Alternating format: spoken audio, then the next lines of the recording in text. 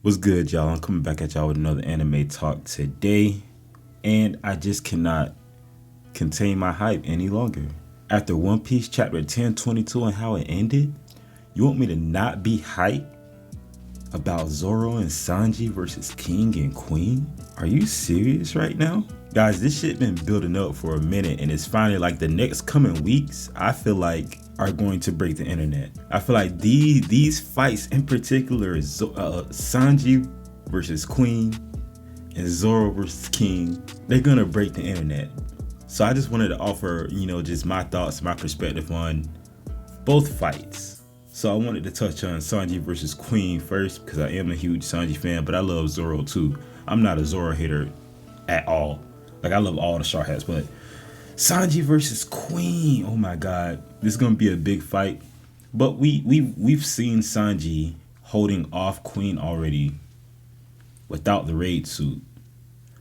However, I feel like the dynamic and the conversation between the two is about to take a change. First, let's touch on no raid suit Sanji. Why hasn't Sanji put on that raid suit yet? That's a question I wanted to ask. He was just fighting two commanders at once. He was on his back. He was down. I feel like if you're going against two top Yonko commanders, that would be a perfect time to bust out that raid suit. But we didn't see it. We haven't seen it yet. I think the last time we seen it was when he fought Page 1. And even then, he was just testing it out. It's like he didn't even know what he could accomplish with it. So we don't even know if he even wants to use it in battle. And so I think internally, Sanji is going through a little bit of an identity crisis. And I don't think anybody else knows about it. He's probably just keeping it to himself. But I feel like in this fight with Queen is going to come out. I don't think anybody is going to force him to use the raid suit, but he's gonna want to use the raid suit to help his crew out. You get what I'm saying? And that's something else I wanted to touch on both Sanji and Zoro having a burning desire for Luffy to be the Pirate King. That shit got me so hyped. They want Luffy to be the Pirate King. They say if we can get this done. Nobody's done this shit that the Straw Hats and the Alliance are doing. Not one Yonko, two Yonko, right? And they're holding their own. From the exposition that we got from the last chapter, the Straw Hats have taken care of the Toby Roppo. Now, some people are still holding out a little bit of skepticism because they think it's a possibility that they could come back. I don't know. But right now, what Oda Sensei is telling us is that the Toby Roppo are down.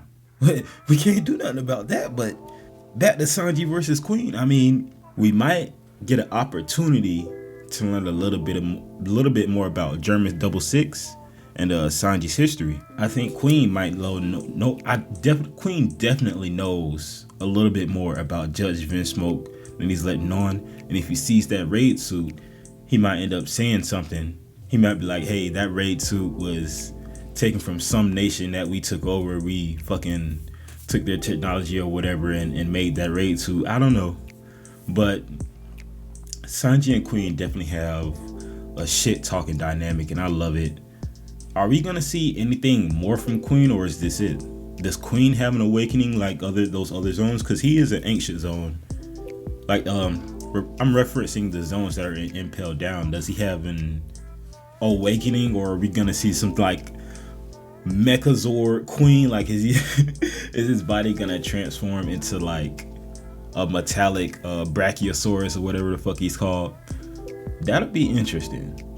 Queen might have a couple more tricks. He is a scientist. He has, he was using the plague. He might have some poison gas up his sleeve somewhere. I don't know. Queen is fucking a weird character. But he is like that little scene they did in the anime with his concert. Yo, that was dope as fuck. I really love that scene. That's one of the first times that I watched the episode more than twice. I think I watched that episode 3 fucking times. I'm not even kidding. But so let's move on to Zoro versus King, and this has an opportunity to be an epic fight. I think Zoro had a real taste of greatness on that rooftop. I think he had he's touched the high that's so fucking high that now probably fighting King will probably be a little bit easier than people are letting on.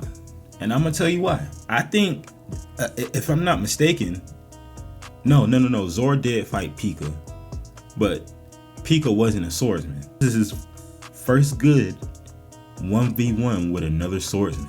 I don't think we've seen Queen's hybrid form yet.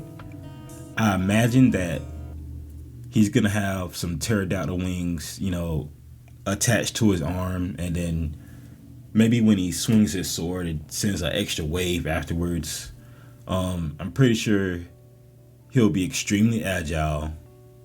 He'll probably have his own two-sword style with his beak and his other sword. King is gonna be really strong, but like I've said, Zoro tasted such greatness on that rooftop.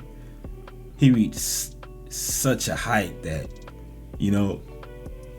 fuck yo. I said Zoro's gonna mid-diff King.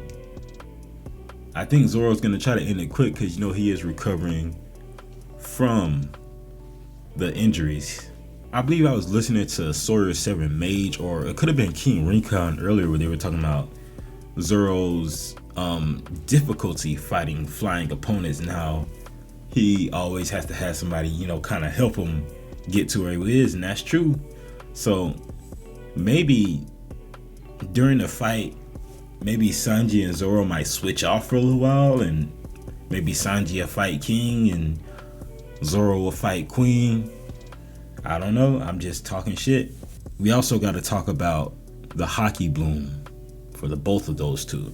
They've been through some real tough situations within this arc. I think it's definitely time for Sanji's Haki bloom, something that'll make him hit a tad bit harder without the raid suit, so he can just use the Diablo Jambi. Maybe he'll get the Diablo Jambi on both legs. I don't know.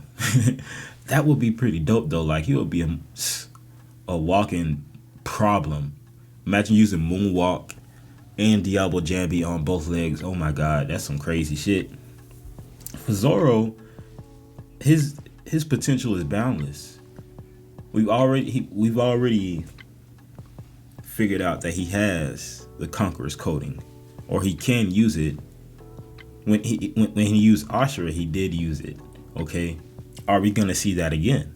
Is he gonna be able to control it or bring that out versus King? I don't think King has any Conqueror's coding. I don't get that vibe from him. He seems like a very by the book kind of guy. He seemed like he's happy to be following Kaido. I don't see any Conqueror's Haki coming from him.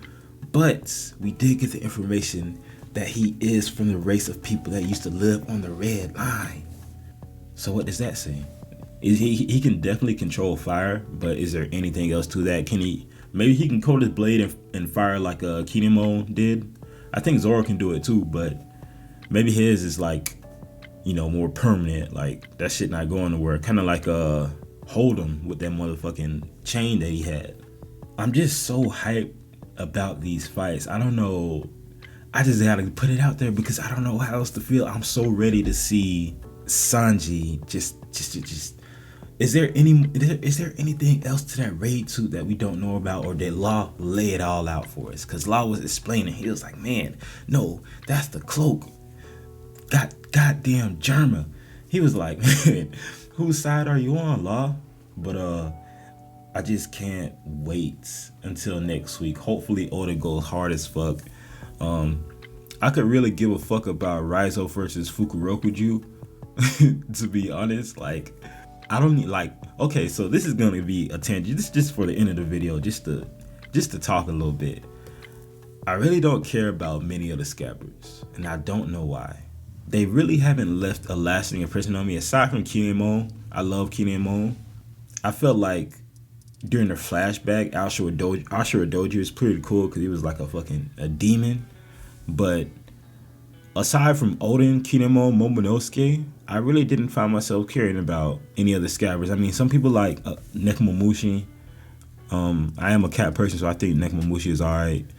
But at the same time, I just didn't find myself really getting attached to any of the scabbards. But Kinemo was pretty cool, but you already know what happened to him. You know what I'm saying? He got hit with a crunch time, and that's just what it is. And we can't do nothing about that. What else was, yeah.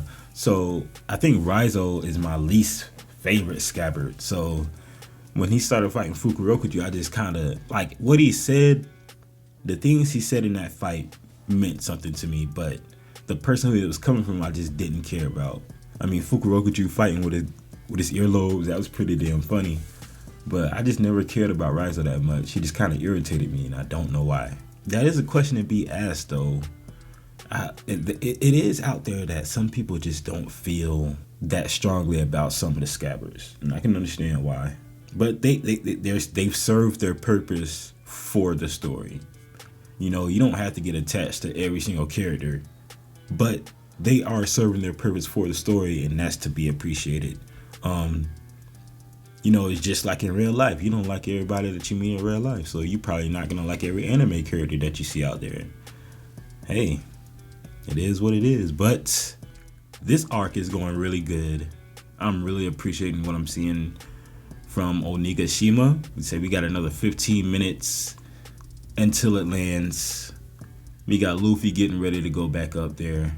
Well, Momonosuke is about to be a grown ass man, so he can't really put his head in Nami's chest anymore. I mean, unless she let him, but hey, I don't think Oda gonna write that in there. We got big things coming for the One Piece future, and I'm glad to be a part of it. I'm glad to be covering it. So that's gonna be it for this hype video. I'm so ready to see Zoro and Sanji take on King and Queen, and I know you guys are as well as the other developments that are going on throughout the story. But that's going to be it for Anime Talk today. Be sure to drop a like and subscribe if you enjoy the content. Got some gameplay going on in the background, so you guys enjoy that. Hey, you guys have a good day and take it easy.